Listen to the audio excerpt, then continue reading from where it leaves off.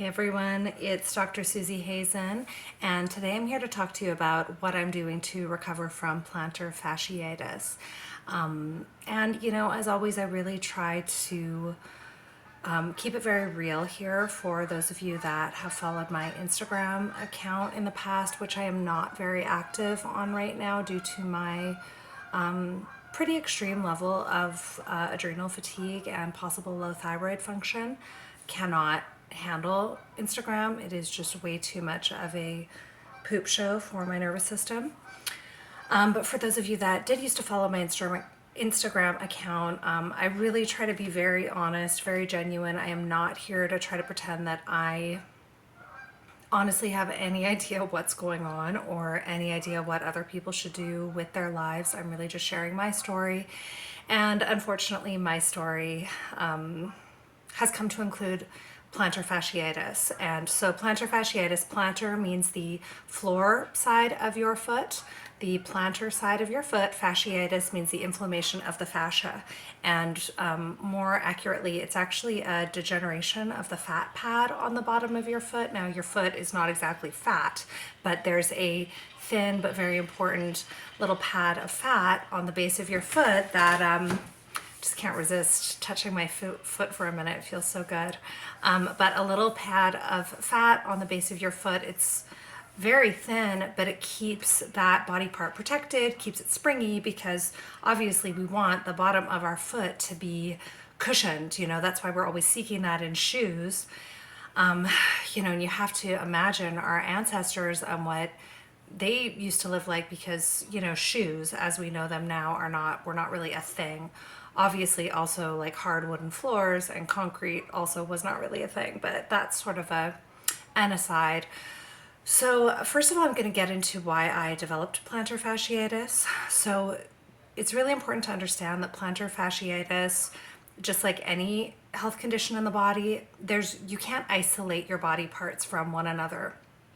Western medicine loves to do this. Chinese medicine hates to do this, because we understand that your body is a holistic, completely holistic organism. So when your feet start to hurt, so bad that you dread getting up, when your feet start to hurt so bad that you literally feel like a Chinese 8-year-old girl who's had the bones broken in her feet to be foot bound, which is obviously probably a total exaggeration, but when your foot pain is that bad that you are possibly even in tears several times a day, which is where I was, you have to understand your body is giving you a message to slow the heck down. So what could be a better message to slow down, reassess how you're doing life, and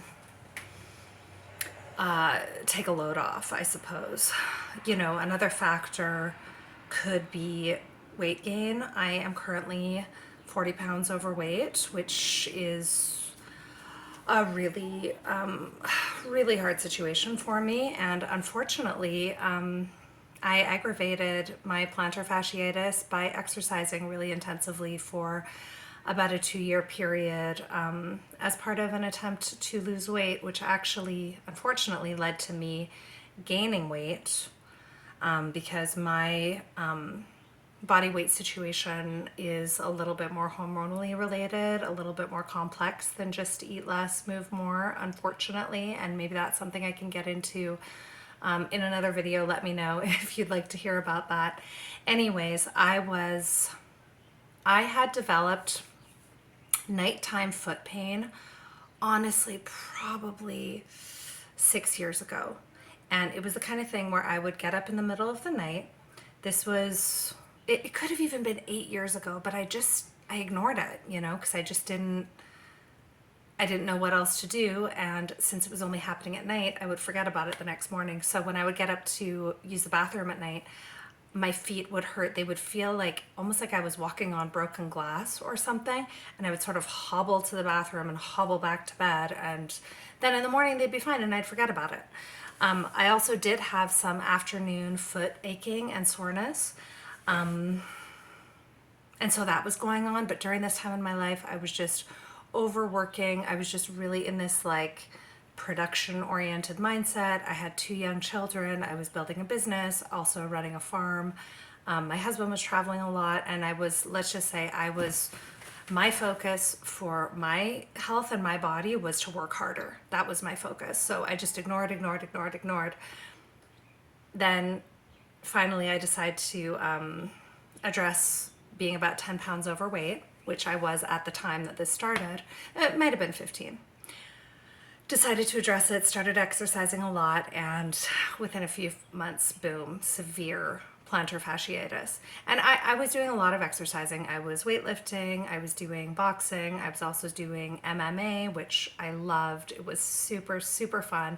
I was doing all of that stuff barefoot. I was also doing quite a bit of barefoot hiking and walking. And I wasn't walking for like miles barefoot, but I would, as I was hiking, I would barefoot for a while. And, I really loved it. It was really fun, but my body was not up to the challenge. I was giving it, if I could look back and change what I did, I probably would have focused more on restoring my body energy rather than dissipating my body energy more in this goal of like reducing body fat. Separate topic. Anyways, today, about 1 year after my plantar fasciitis was so bad, I would be in tears at the thought of standing up. I had almost no pain today. So this is what I've been doing. So let's just start with the shoes, okay? And one of the early warning symptoms of plantar fasciitis could be like obsessively shopping for comfortable shoes. So if you're already doing that, just like notice that to yourself. So to start with, I got these super cute gold Birkenstocks. These I wear inside the house. So this is just to take the pressure off that fat pad on my foot. I also got these Kuru shoes. These are the special super fancy plantar fasciitis shoes. I love them. I've had them for probably about 4 or 5 months, and they've really helped. I totally recommend them. I'm not I don't know if you can tell, I like washed these before I put them on today, but I've put miles on those babies. I also just got their hiking boots, so I have not actually even tried these on. These are brand new. These are pricey in my opinion. They're almost $200, but I mean, if you can't walk, what are you gonna do? So next of all, the circadian rhythm reset that I have been doing since early February. Now it's late May, so rising with sunrise and going to bed with sunset. This has improved my physical energy so much. My physical energy is still honestly really terrible, but it's much better than where it was. And as my physical energy is rising, my body's able to actually repair the tissues that it was not able to repair. Your body has to do a daily repair and reset on all your body tissues. If you have no energy, how's it going to do that? So linking up my energy with the sun has allowed me to actually start to repair and heal. So I've been doing that. Let's see, what else? Okay, I cut wheat out of my diet. I think it's been about 6 weeks. So I'm not 100% sure how much of an effect that's had, but hey, it's got to be a good thing, right? So special shoes, more sleep, linking up my body with the rhythm of the sun, the largest energy source on earth. The original religion of humanity has always been sun worship. That's why all of these ancient temples, Stonehenge being a big example, the pyramids being a big example, it's something I'd like to get into more, but my experience of linking my body's energy with the sun has been so profound, and I really believe that it's helped me heal. Also, I have reduced my exercise, so I am now walking for I do kind of a 45-minute long loop every morning, and I skip mornings occasionally, and when I'm doing my walk, I do not speed walk. I walk at a comfortable pace. If I get out of breath, I slow down and hug a tree and just chill. I do this walk with my dog. It's really fun, and I'm doing that every day with occasional skips. And I'm also weightlifting twice a week, and occasionally I'll skip that too. And when I'm weightlifting, I'm not trying to just like push my numbers, which is what I was doing earlier in this whole debacle of intentional weight loss turned self-harm.